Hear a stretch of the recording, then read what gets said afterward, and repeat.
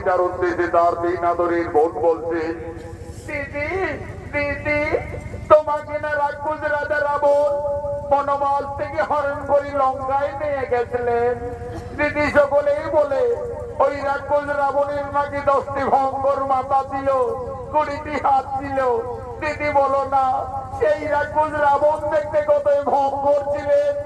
পরিবনরা আমাকে ওই পাপিষ্ঠ রাক্ষস রাবণ বনবাস থেকে হরণ করে লঙ্কায় নিয়ে যায় ঠিকই, কিন্তু আমি কোনোদিন নন ভরে ওই রাক্ষস রাজা রাবণকে দর্শন করেছিলাম না।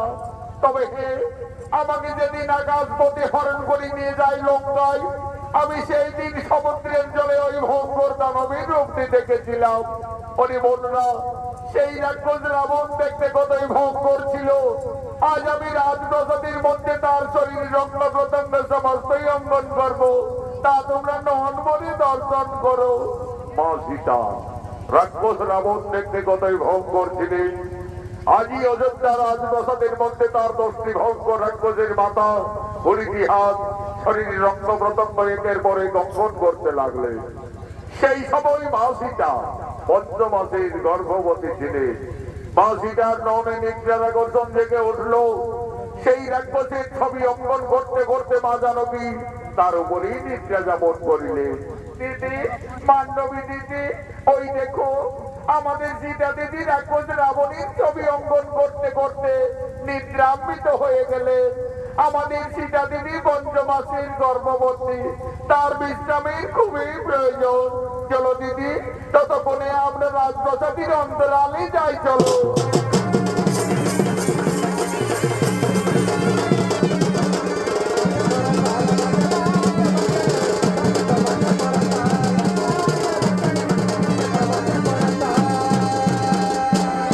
এমন সময় প্রভু শ্রী রামচন্দ্র এবং অন্যান্য লক্ষণ এই রাজপ্রাসাদের দিকে আগমন করছে।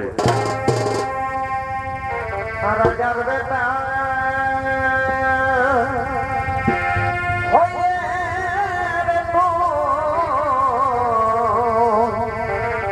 রাজার বেটা ভাই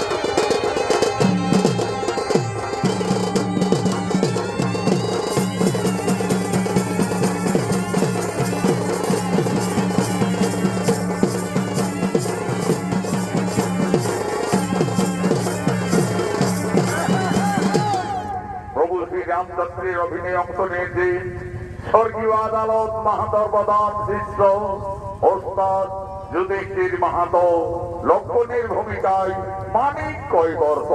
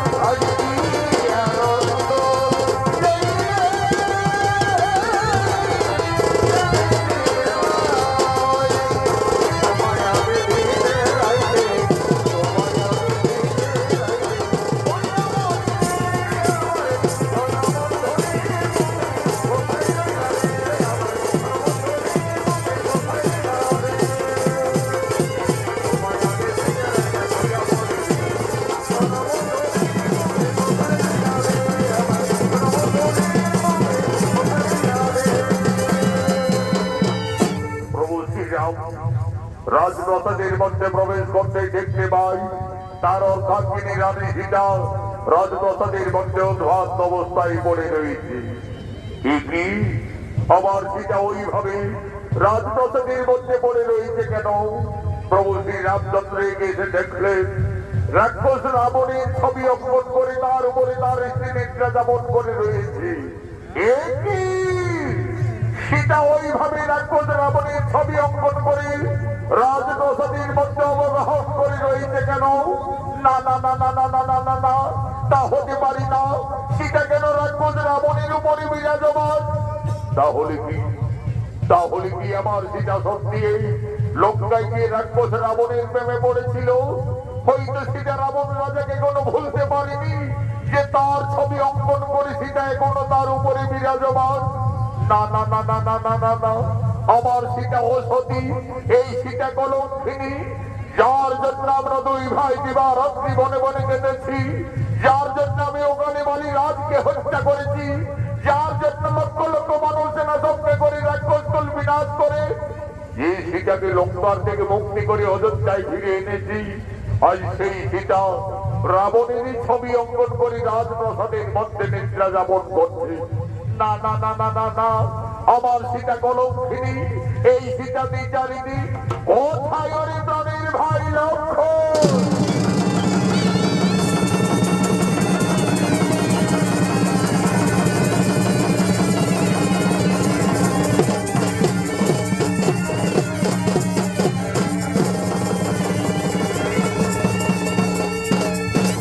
আদেশ করুন দাদা। ওরে ভাই লক্ষ্মণ, ওরে আমার প্রাণের ভাই লক্ষ্মণ, ওই দেখুন ভাই আমাদের রানী সীতা রাক্ষস রাবণের ছবি অঙ্কন করে রাজপ্রাসাদের মধ্যে নিদ্রা যাপন করে রয়েছে। ওরে ভাই লক্ষ্মণ, এই কলঙ্কিনী হয়তো লঙ্কায় গিয়ে রাক্ষস রাবণের প্রেমে পড়েছিল। হয়তো সীতা রাবণ রাজাকে কোনো ভুলতে পারেনি যে তার ছবি অঙ্কন করে সীতা এখনো তার উপরে বিরাজমান। ওরে ভাই লক্ষ্মণ, এই কলঙ্কিনী যদি আমাদের অযোধ্যা নগরে থাকে তাহলে আমাদের রঘুকুলের বদনাম হয়ে যাবে রে ভাই, আমাদের সূর্য বংশের বদনাম হয়ে যাবে। ওরে প্রাণের ভাই লক্ষ্মণ, এই কলঙ্কিনীর আর আমি মুখ দর্শন করতে চাই না। যাও তুমি এই বিচারীকে নিয়ে এসো নির্বাসনে।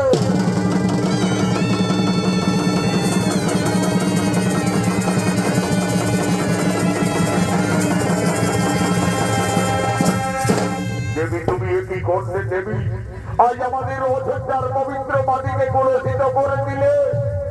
ধীরে ধীরে মা সীতার নিদ্রার আকর্ষণ ভঙ্গ হলো।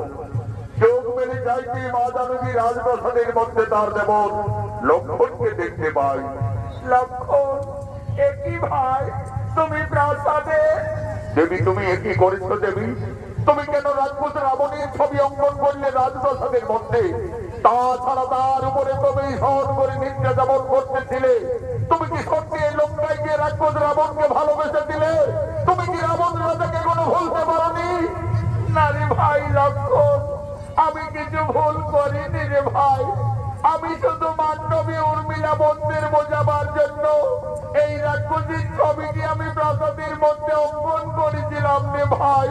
তুমি জানো না দেবী, এই অপরাধে তুমি কলঙ্কিনী, এই অপরাধে তুমি বিচারিণী। এই রাক্ষস রাবণ তোমাকে বনবাস থেকে হরণ করে লঙ্কায় নিয়ে যায়, সেই রাবণের ছবি অঙ্কন করে তুমি ভুল করে অপরাধ করেছ। প্রভু শ্রী রামচন্দ্র আর কোনদিন তোমার মুখ দর্শন করবে না। আমায় আদেশ দিয়ে গেলেন এই মুহূর্তেই তোমায় নিতে হবে নির্বাসনে।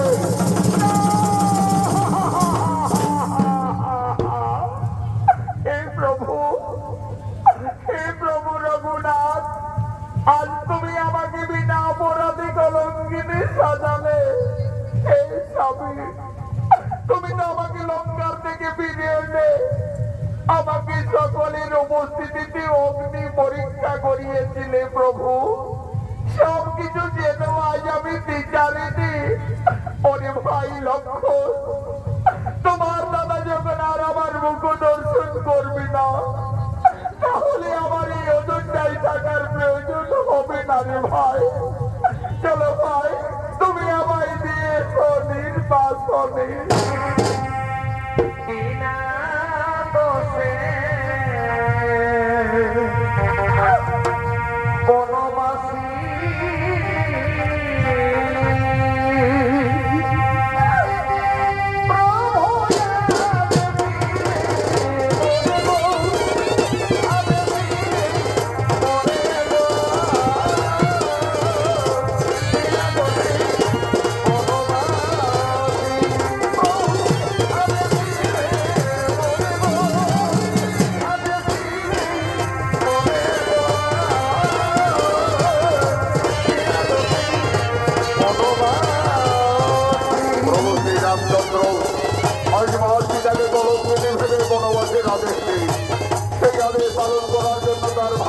লক্ষণ আজ মা সীতাকে বনবাসে নিয়ে যাচ্ছে।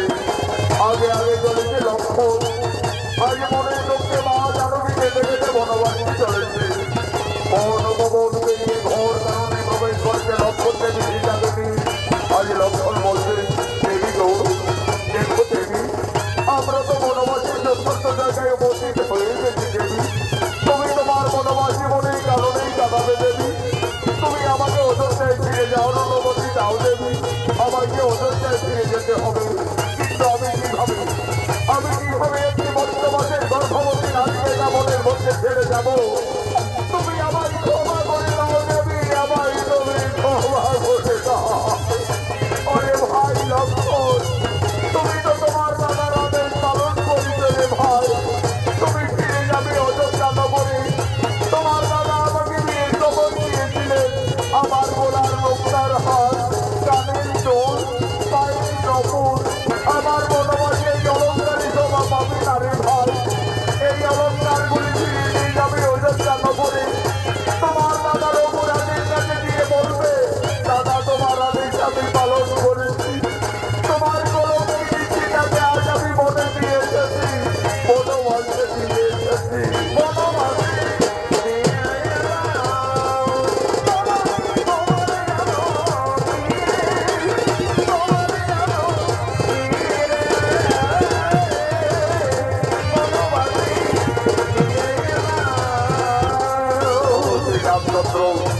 মা সীতাকে বিয়ের সময় যে অলঙ্কার দিয়েছিলেন, আজ মনের দুঃখে মা জানকী বনবাসে যেতে গেলে গোলার মুক্তার হাত, কানের দোল, পায়ের নপুর, সমস্ত অলঙ্কার লক্ষণীর হাতে তুলে দিলেন।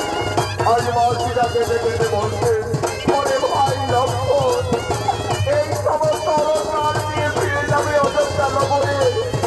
তোমার দাদার অপরাধের কাছে গিয়ে বলবে,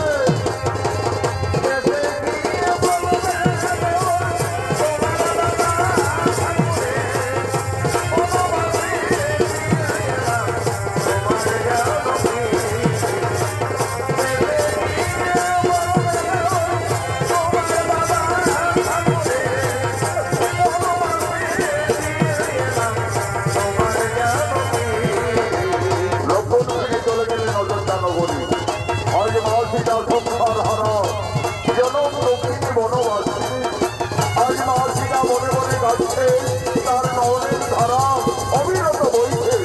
আজ মা সীতা কাঁদছে, আর কেটে কেটে মনে দুঃখে বলছে, হে বিধাতা, আমি এখন কোথায় যাব? এই বনবাসে আমি কি খাবো? আমি কিভাবে বা আমার এই গর্ভের সন্তানকে বাঁচাবো? না না না না না না, আমি আর কোথাও যাব না। আমার বেঁচে থাকার চেয়ে আমার মনে যাওয়াই ভালো হবে, আমার মনে যাওয়াই ভালো হবে।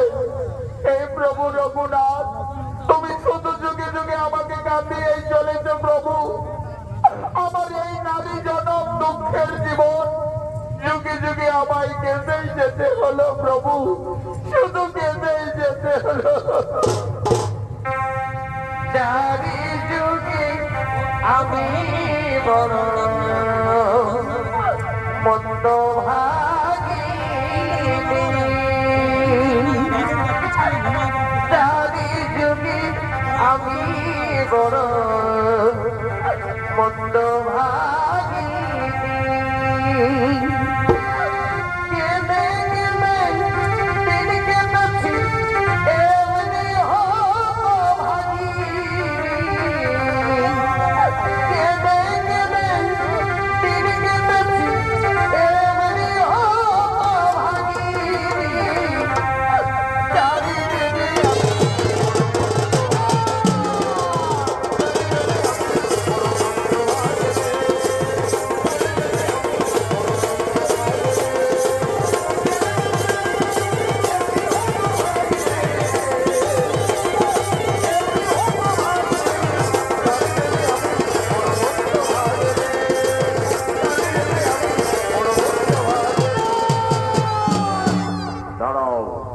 হিমা তুমি ঘোর নির্জন কাননে কাঁদতে কাঁদতে মনের দুঃখে প্রাণ বিসর্জন দিতে যাচ্ছ। তুমি জানো না নারী, মানব জীবনে আত্মহত্যা মহাপাপ। বাবা, আমার বেঁচে থেকে কিছু লাভ হবে না যোগী বাবা। আমার স্বামী আমাকে বিনা অপরাধে কলঙ্কিনী ভেবে আমাকে বনবাসে দিয়েছে বাবা। আমি সংসার হারা জনক নন্দিনী সীতা। মা সীতা, তুমি বনবাসে এসেছো মা? আমি ঋষি বাল্মীকি। আমি জানতাম মা জানকী, একদিন না একদিন তোমাকে বনবাসে আসতেই হবে। মা সীতা, তুমি কেঁদো না মা। বিধির বিধান কেউ লঙ্ঘন করতে পারে না মা। বিধির বিধান কেউ লঙ্ঘন করতে পারে না।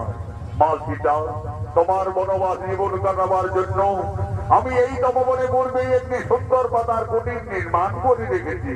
চলো মা জানকী, তুমি না কেঁদে না ভেবে তোমার বনবাস জীবন ওই পাতার কুটিরেই কাটাবে। চলো। আমার গলা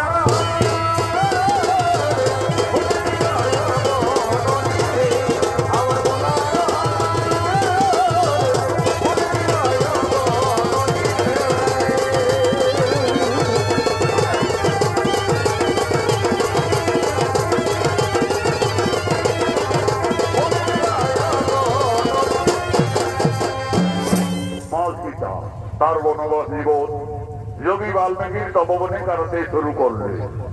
মা সীতার গর্ভে যখন 10 মাস 10 দিন পূর্ণ হয়ে যায়, সুন্দর একটি পুত্র সন্তানের জন্ম দিলে। আদর করে ঋষি বাল্মীকি সেই ছেলের নাম রাখলেন লব। লব দিনের পর দিন মুনির আশ্রমে বড় হয়। আজ যোগী বাল্মীকি যোগ সাধনার জন্য তপবনের দিকে আগমন করছে।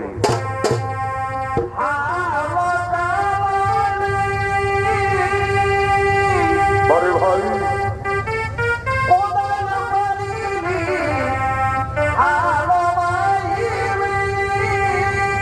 আচ্ছা আচ্ছা,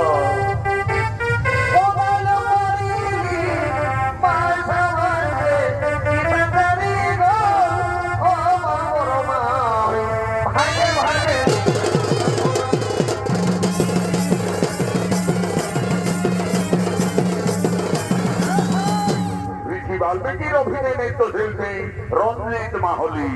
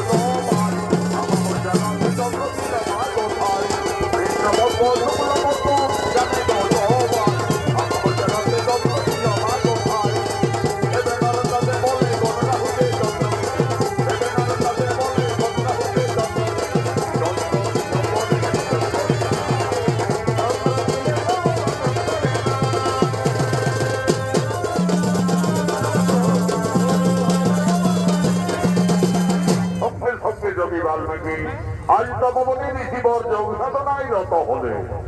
ও নমো শ্রী ব্রহ্মদেবায় নমো নমঃ। ও নমো শ্রী ব্রহ্মদেবায় নমো নমঃ। ওম নমো গুরু ব্রহ্মা গুরু বিষ্ণু গুরুদেব মহেশ্বর। ব্রহ্ম তস্মৈ শ্রী গুরুবে নমো নমো নমো নমো। এমন সময় মা সীতা এসে বলছে, বাবা বাবা। কি মা সীতা? বলো মা সীতা, তোমার কি হয়েছে মা? বাবা, আমার পুত্র লাভ, ওই দেখো বাবা, সে কোন বৃক্ষতলে ঘুমিয়ে রয়েছে। বাবা, আমি ততক্ষণে ওই সরোবর থেকে স্নান থেকে জল নিয়ে ফিরে আসছি বাবা। দেখো মা সীতা, তুমি স্নানে যাবে চলে যাও, কিন্তু দেরি করো না মা, কারণ তোমার পুত্র লোক ছোট্ট বালক, সে খুবই উপদ্রব করে, সে এখন ঘুমিয়ে রয়েছে। থাক, আমি এখন এখানেই ধ্যানে আছি। যাও মা, তুমি আর বিলম্ব না করে তাড়াতাড়ি স্নান করে জল নিয়ে ফিরে আসবে। যাও। সীতা গেল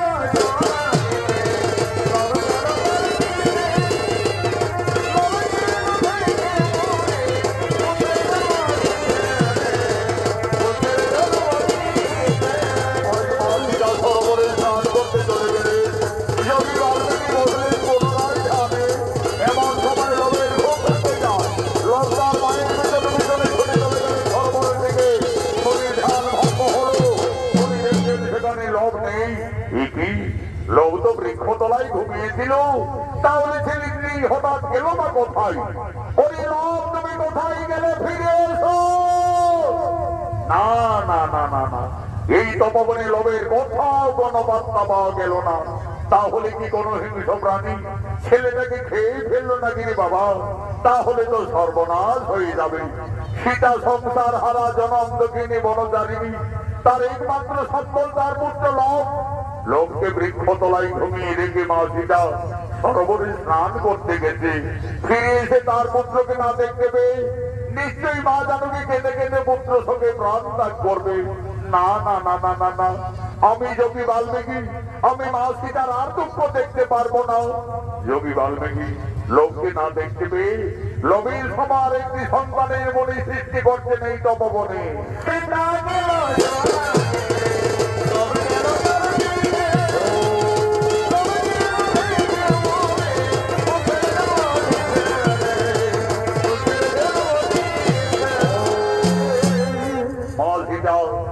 সরোবর থেকে ফিরে এসে দেখছে লোভের মতো আরেকটি সন্তান সেই বৃক্ষতলায় ঘুমিয়ে রয়েছে। বাবা বাবা। কি মা সীতা? বলো মা সীতা, তোমার কি হয়েছে মা? বাবা, ওই সন্তানটি আমার কোন ছেলে বাবা। কেন? তোমার পুত্র লোভ? তুমি এই তো বলে গেলে বাবা আমার সন্তান ঘুমিয়ে রয়েছে, তাকে তুমি দেখো। আমি তো দেখছি মা, তোমার পুত্র তো বৃক্ষতলায় ঘুমিয়ে আছে। না বাবা, তোমার কথা ভুল হচ্ছে। এই দেখো বাবা, আমার সন্তান তো আমার পিছনে পিছনে সরোবরে ছুটে গেলেন। মা সীতা, আমার ভুল হয়ে গেছে মা, আমি ভুল করে ফেলেছি মা। আমি ভেবেছিলাম লোককে এই তপবনে কোন হিংস্র জন্তু খেয়ে দিয়েছে। আমি তোমার দুঃখ না সইতে পেরে মা জানকী আমি যে লোভের মতো আরেকটি সন্তানের সৃষ্টি করেছি মা। লোভ যেমনি তোমার পুত্র আমি সৃষ্টি করেছি, তার নাম হবে কুশ। কুশ হবে তোমার ঠিক তেমনই পুত্র। কুশ কুশ কুশ, তুমি উঠে এসো কুশ। ওই দেখো কুশ, তোমার মাতা দাঁড়িয়ে আছে। যাও কুশ, তুমি তোমার মায়ের কোলে চলে যাও। মা সীতার একটি সন্তান ছিল। যোগী বাল্মীকির আশীর্বাদে মা জানকীর তপবনে দুইটি পুত্র হলো। তার দুই সন্তানকে নিয়ে মা সীতা তার বনবাস জীবন আনন্দেই কাটাতে চলেছে।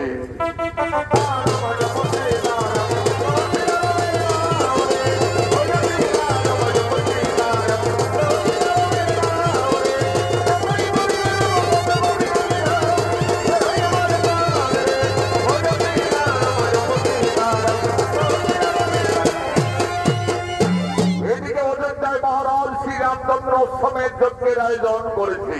যজ্ঞ সভায় কুলগুরু বৈশিষ্ট্য রাজা রামচন্দ্র, ভরত, লক্ষ্মণ, শত্রুঘ্ন সকলেই আগমন করছে।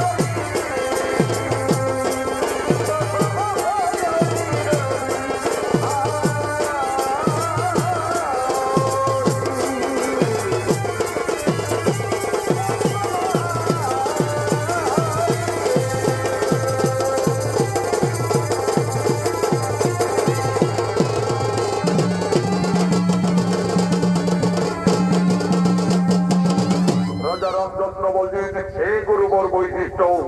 আমি প্রজাবাসীদের মঙ্গল কামনার্থে অষ্টমের যজ্ঞের আয়োজন করেছি। আপনি আর বিলম্ব না করে নীতি নিয়ম অনুযায়ী যজ্ঞ আরম্ভ করুন। রাজা রামচন্দ্রের রাতে সেগুলো গুরু বৈশিষ্ট্য সঙ্গে সঙ্গে এই অযোধ্যা নগরী অষ্টমের যজ্ঞ শুরু করলেন।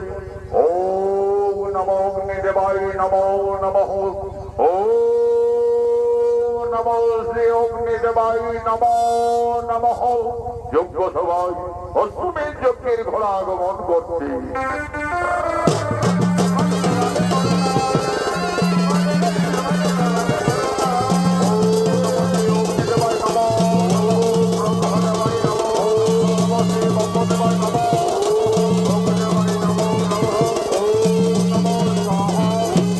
এই রাজা শ্রী রামচন্দ্র আমাদের অষ্টমের যজ্ঞ প্রায় সমাপনের মুখে। আর বিলম্ব না করে এই অষ্টমের যজ্ঞের ঘোড়ার কপালে সন্না করে লিপিবদ্ধ করুন। এই ঘোড়া রাজা শ্রী রামচন্দ্রের অষ্টমের যজ্ঞের ঘোড়া। এই ঘোড়া পূর্ব পশ্চিম উত্তর দক্ষিণ যতদূর পরিভ্রমণ করবে ততদূর অযোধ্যার সীমানা বলে পরিচিত থাকবে। আর যদি কেউ বাহুবলে এই ঘোড়াকে বন্দী করে তাহলে রাজা শ্রীরামের সঙ্গে তাকে যুদ্ধ করতে হবে।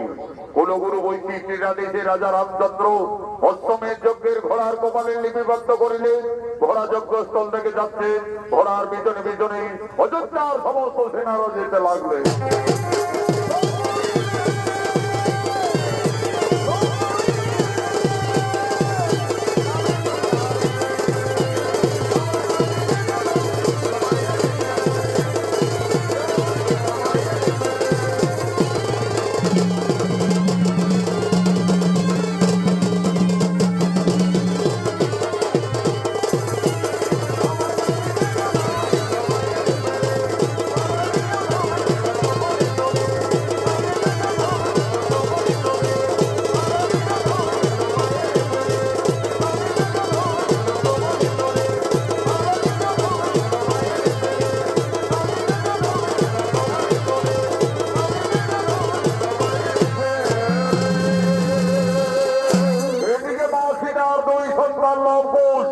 গুরু বাল্মীকি আশ্রমে অস্ত্র শিক্ষা বিদ্যা শিক্ষা শিখতে শিখতে এখন তারা দুই ভাই অনেক বড় হয়ে যায়।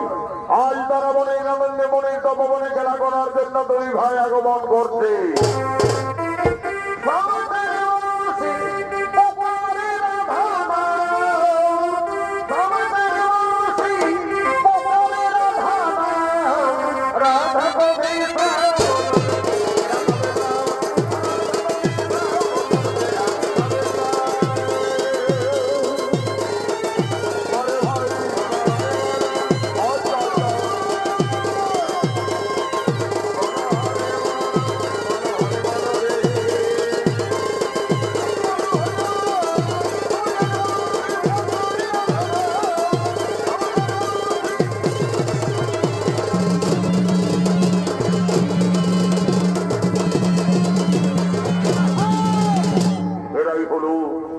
সীতার দুই আদরের সন্তান লব ও কুশ।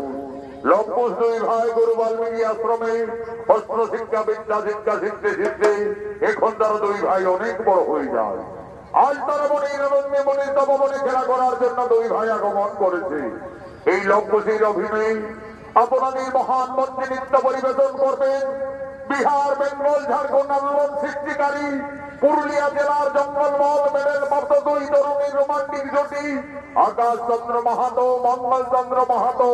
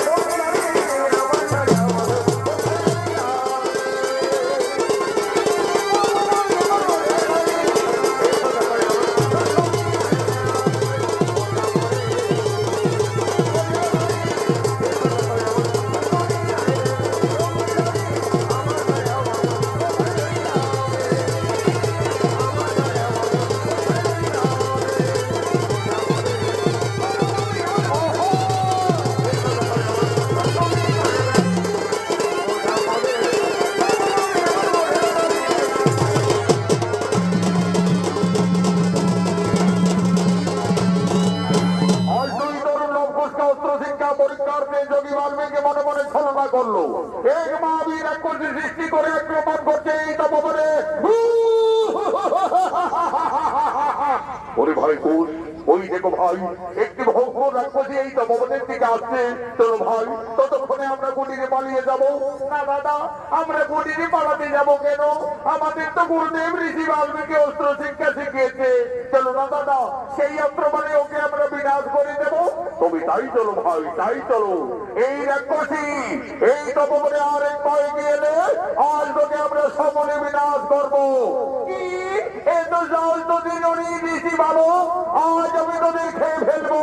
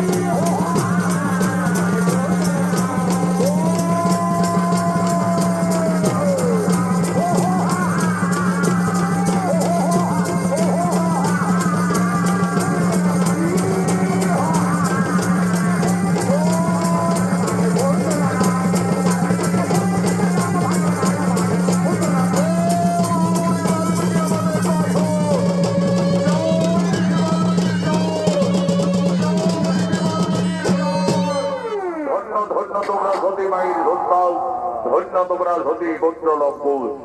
আমি তোমাদের দুই ভাইকে অস্ত্র শিক্ষা পরীক্ষার্থে আমি এই মনে মনে ছলনা করে এই মহাবীর এক কোটি সৃষ্টি করে তোমাদের আক্রমণ করেছিলাম। আমার শিক্ষা অস্ত্র মানে তোমরা এই তরুণ বয়সে যথার্থ এই মহাবীরকে বিনাশ করিলে, একে তোমরা সংহার করিলে। ওরে লম্বুজ, তোমরা দুইজনের রণশিক্ষায় উত্তীর্ণ। তোমাদের আশ্রমে বিদ্যা শিক্ষা অস্ত্র শিক্ষা সকলেই প্রায় সম্পন্ন। কালকে আমি তোমাদের তৃতীযোগী দুই ভাইকে মহামন্ত্র দান করব। কিন্তু দেখো লম্বুজ, গুরু বাল্মীকি আশ্রমে শিক্ষার পরে যৎকিঞ্চিত গুরুদেবের চরণতলে গুরু দক্ষিণা দিয়ে আশীর্বাদ চেয়ে নিতে হয়। মনে রাখবে, কালকে তোমাদের দুই ভাইয়ের গুরু দক্ষিণার দিন। তাই অভিযোগী বোধ, কালকে আমরা আশ্রমে আসার সঙ্গে সঙ্গে আমাদের মাতা জননীর কাছ থেকে যথার্থই গুরু দক্ষিণা নিয়ে আসবো। দেখো লম্বুজ, মনে থাকে যেন কালকে তোমাদের গুরু দক্ষিণার দিন।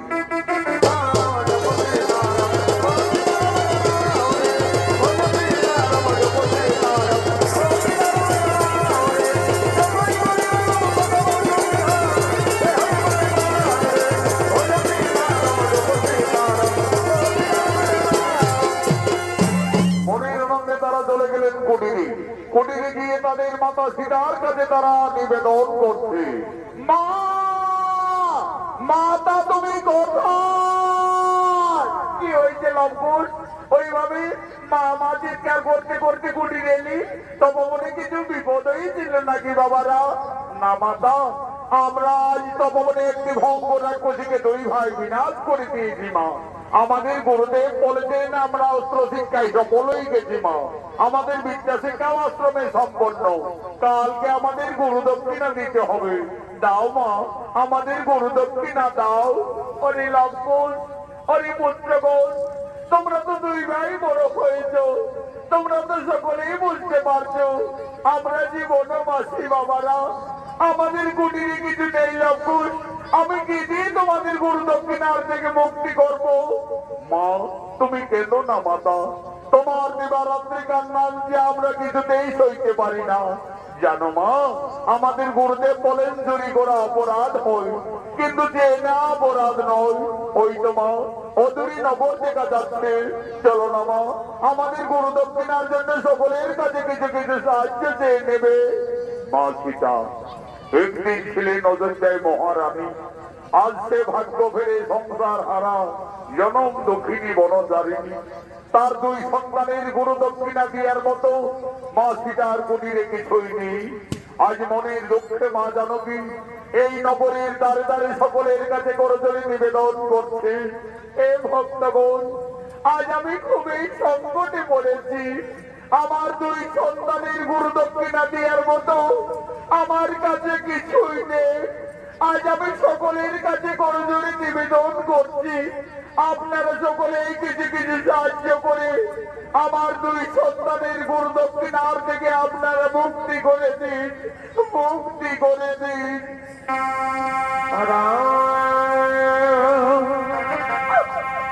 সিয়া রাম, জয় জয় রাম।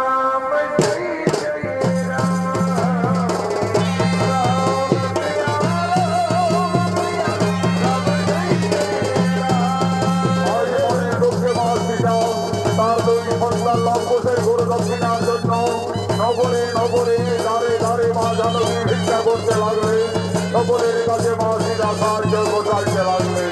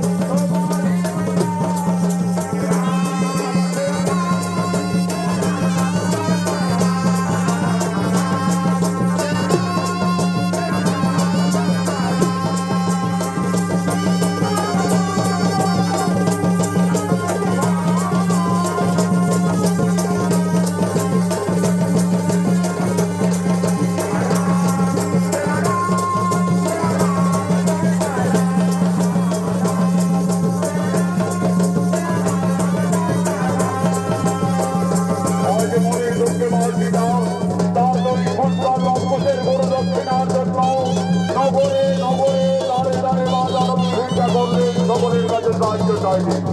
সকলের মনে দয়া হলো যে যেমন বললেন লবকুশের গুরু দক্ষিণার জন্য সকলে নিজেকে আর্থিক সাহায্য করে। মা সীতার বনবাস জীবনে যথেষ্টই অর্থবন্ধা হলো। আজ মা জানকী বলছেন, অরে পঞ্চবাহু, এই তো বাবারা আমাদের সকলেই দয়া করেছে, আজ সকলে আমাদের দান করছে, সকলেই ভক্ত সকলেই দান করছে।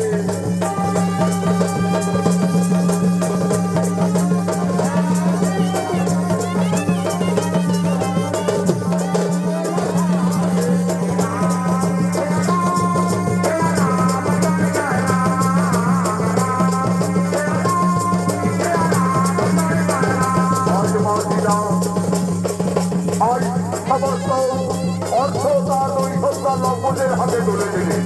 মা জানকী বলছে, অনেক লম্বন আর বিলম্ব করো না বাবারা। মা তুমি কেন না মাতা, তুমি বলিয়ে যাও মা, আমরা বড় দক্ষিণা দিয়ে অচিরেই ফিরে আসবো মা, অচিরেই ফিরে আসবো।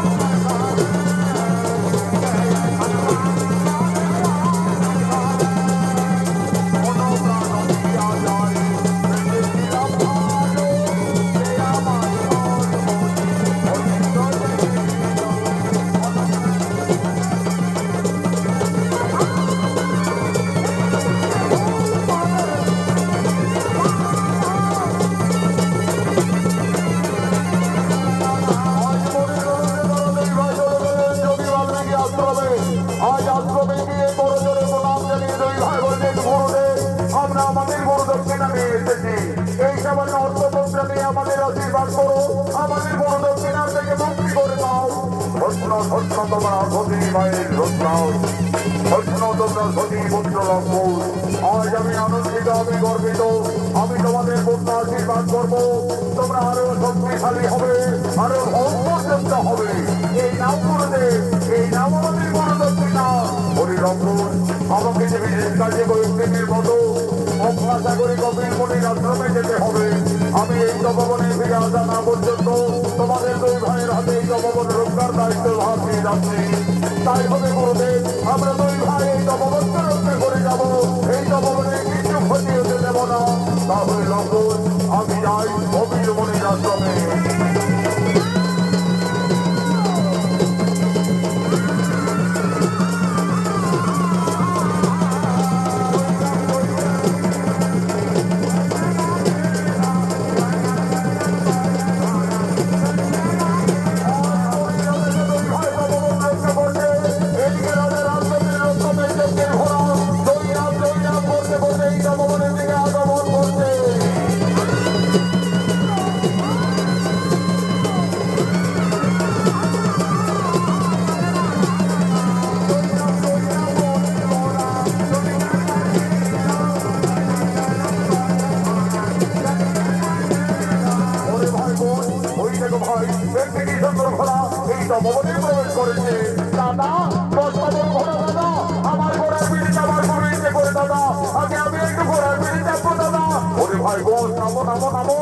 এই ঘোড়ার কপালে কি লেখা আছে দেখো, এই ঘোড়া অযোধ্যার মহারাজ শ্রী রামচন্দ্রের রক্তমের যজ্ঞের ঘোড়া। এই ঘোড়া যতদূর যাবে ততদূর অযোধ্যার সীমানা পরিচিত থাকবে।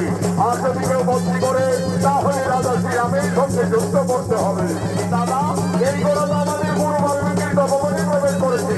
চলো দাদা, গুরুদেবের আদেশ পালন করতে এই ঘোড়াকে আমরা বন্দী করবো, প্রয়োজনে আমরা যুদ্ধই করবো। তবে তাই চলো ভাই, পরে অর্থ তুমি আমাদের তপবনের বন্ধু, আমাদের সঙ্গে খেলা করবে। চলো ভাই বোন, এই আমাদের বন্ধু ঘোড়ার ভিতরে আমরা এই তপবনে খেলা করি।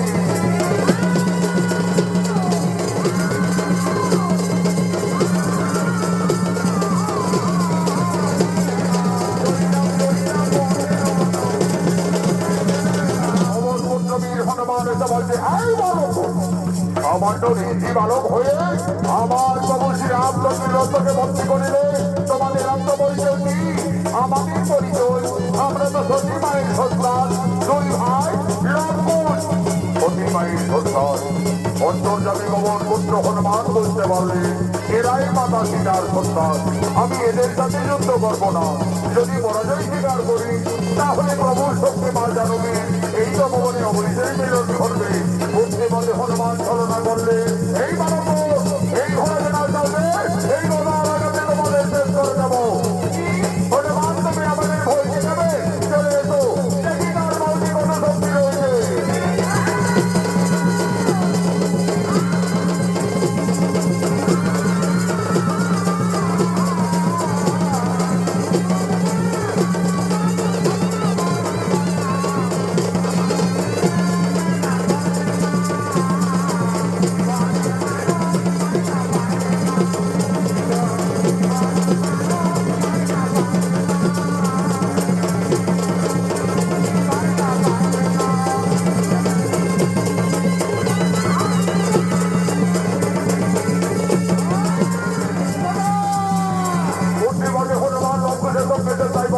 অত্যাচার করলে আজ লক্ষ হনুমানকে বন্দী করলে তপবনের বেঙ্গলালে এবং সবাই রাজা রামচন্দ্র সৈন্যকে উপস্থিত হয়ে গেলেন তপবনে। হরিভ্রাতাগণ ওই দেখো পরাস্ত করে বন্দী রেখেছে পবন পুত্র বীর হনুমানকে বন্দী করেছে অষ্টমের যজ্ঞের ঘোড়াকে। এই বালক এই ঘোড়াকে না ছাড়লে আমাদের সম্মেলন করতে হবে। হে হে আমরা সতী মায়ের সন্তান বিনা যজ্ঞে না চালিব অষ্টমের যজ্ঞের ঘোড়া।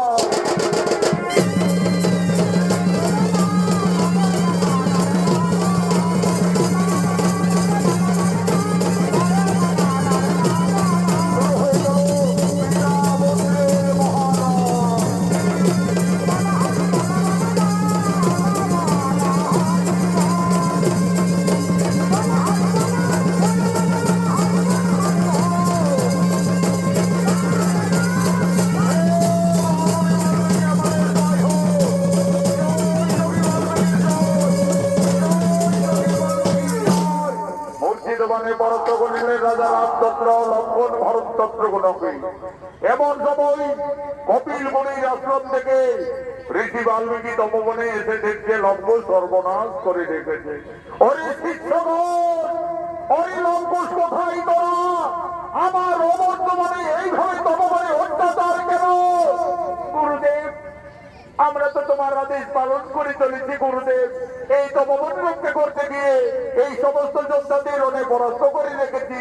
ঋষি দাদু একটি জান্ত হনুমানকে পরাস্ত করে এই জঙ্গলে লতায় পাতায় বন্দি করে রেখেছি। ওই তোর আমার হনুমান নাকি? কোথায় হনুমান বন্দি রেখেছ? ওই দেখো ঋষি দাদু ওই তপবনের বৃক্ষ নামে। ও বাবা এই যে আমার পবন পুত্র বীর হনুমান ধীরে বাবা এই হনুমানের সঙ্গে ঝগড়া করেছ। ওই লঙ্কুশ এই রাজাদের না জেনে না শুনে কেন আঘাত করেছ? দাদা তোদের মাতা সীতাকে তোরা তাড়াতাড়ি তপবনে দেখে নিয়ে আয়। তোদের মাতায় বলবে ওই রাজার সঙ্গে তোমাদের পরিচয় কি। মা তুমি তাড়াতাড়ি তপবনে এসো মাতা। ওরে লঙ্কুশ তপবনে কি হয়েছে বাবারা? মা আজ আমরা অনেক জয়ী হয়ে গেছি মা। একটি জান্ত হনুমানকে পরাস্ত করে বন্দি করে রেখেছি। কই লঙ্কুশ কোথায় হনুমান বন্দি রাখিলে বাবারা? ওই দেখো মা ওই তপবনের বৃক্ষ ডালে। ওরে লঙ্কুশ এই যে পবন পুত্র বীর হনুমান এই হনুমানকে তোমরা কেন বন্দি করিলে বাবারা? দেব লঙ্কুশ হনুমানকে তোরা মুক্তি করে দে। ওই হনুমান একদিন আমার মান রেখেছে। ওই হনুমান আমার জন্য লঙ্কায় কতই না দুঃখ পেয়েছে। দে বাবারা তোরা হনুমানকে ছেড়ে দে। মা সীতা ওদিকে তো তুমি হনুমানকেই দেখেছো আর এই দিকে তাকিয়ে দেখো মা তোমার সন্তানরা তোমার স্বামী তোমার দেবরদের সকলকেই এই জঙ্গলে রণে পরাস্ত করে রেখেছে। ওরে লবকুশ এই তোরা কি করিলি বাবারা? তোরা কাদের সঙ্গে রণ করিত যুদ্ধ করিত? তোরা তো সকলই সর্বনাশ করে দিলে লবকুশ। আমার হাতের শাখা সীতার সিঁদুর আজ তপবনে সকল মুছে দিলে বাবারা। বাবা আমি আমার বনবাস জীবনে তোমার কাছে কোনোদিনই কিছু চাইনি বাবা। আজ আমার দুই অমন সন্তানই ক্ষমা করে আমার স্বামী এবং দেবরগণকে পুনরায় জীবিত করে দাও বাবা। তুমি শান্ত হো মা তারা কেউ মারা যায় কি গো? লবকুশের রণে পরাস্ত হয়ে সকলে জ্ঞানহার অবস্থায় আমি এক্ষণে কমণ্ডল জল হইতে সকল ওম নমঃ স্বাহা ওধ রাজা রামচন্দ্র ওম নমঃ স্বাহা ওধ বীর লক্ষণ ওম নমঃ স্বাহা ওধ বীর ভরত কুমার ওম নমঃ স্বাহা ওধ শত্রুঘ্ন। এই রাজা শ্রী রামচন্দ্র তুমি আমার অবর্তমানে আমার এই তপবনে এসে আমার এই দুই তরুণ শিষ্যর সঙ্গে এইভাবে রণ করতে পারো না। মনে পড়ে রাজা একদিন তুমি তোমার রানীকে কলঙ্কিনী ভেবে ক্রোধবশত পঞ্চমাসের গর্ভবত অবস্থায় বনবাসে দিয়েছিলে। তোমারই অনুসাদ সন্তান হলে লঙ্কুশ। দেখো লঙ্কুশ যাদের সঙ্গে তোমরা ঝগড়া করছো মারামারি করছো তারা আগে তোমরা জানো না চেনো না তারা তোমাদের বংশের লোক সম্পর্কে সকলেই তোমাদের কাকা। আর যে রাজার সঙ্গে তোমরা রণে জর্জরিত ওই রাজা শ্রী রামচন্দ্র হলো তোমাদের জন্মদাতা পিতা। গুরুদেব ওই রাজা আমাদের পিতা। হে লঙ্কুশ, তোমরা তো রাজপুত্র, যাও তোমাদের ভুল স্বীকার করি অবিলম্বে করো জোরে, দুই ভাই ক্ষমা দিয়ে নিবে যাও। পিতা, আমাদের ক্ষমা করে দাও পিতা, আমরা ভুল করে রণ করেছি। বলি লঙ্কুশ, আজ আমার মনে পড়েছে বাবারা, আমি যেদিন রাক্ষসকুল বিনাশ করি লঙ্কার থেকে আমার সীতাকে অযোধ্যায় ফিরে এনেছিলাম, সেই দিন রাবণের মাতা নিকোষা কেঁদে কেঁদে আমায় অভিশাপ দিয়েছিলেন। বলেছিলেন, ওরে বনবাসী শ্রী রামচন্দ্র, আজ যেমন পুত্র শোকে আমাকে কাঁদতে হলো, আমি তোমাকে অভিশাপ দেব, তুমি ত্রিলোক জয়ী হলো, একদিন না একদিন তোমার পরাজয় নিশ্চিত হবে তোমার পুত্রের হাতে। আজ আমার সেই অভিশাপের কথা মনে পড়িল লঙ্কুশ, তোমরাই আমার পুত্রগণ, এসো বাবারা, আমার পক্ষে এসো। মা সীতা, আর তুমি কেন না মা, তোমার বনবাস জীবন শেষ হয়ে গেল মা, তোমার আনন্দের দিন এসেছে। যাও মা সীতা, তোমার পরিবারের সকলে তোমার অপেক্ষায় দাঁড়িয়ে রয়েছে। রাজা শ্রীরাম একদিন মা সীতাকে কলঙ্কিনী বিচারিণী ভেবে ক্রোধবশত পঞ্চমাসের গর্ভবতী অবস্থায় বনবাসে পাঠিয়েছিলেন। ঋষি বাল্মীকির কৃপায় ফিরে পেলেন তার স্ত্রী সন্তানদের, আনন্দ হলো। জয় জয়কারে রাম ভক্ত পবন পুত্র বীর হনুমান বলছেন, বলো বলো সীতাপতি রাজা শ্রী রামচন্দ্র কি।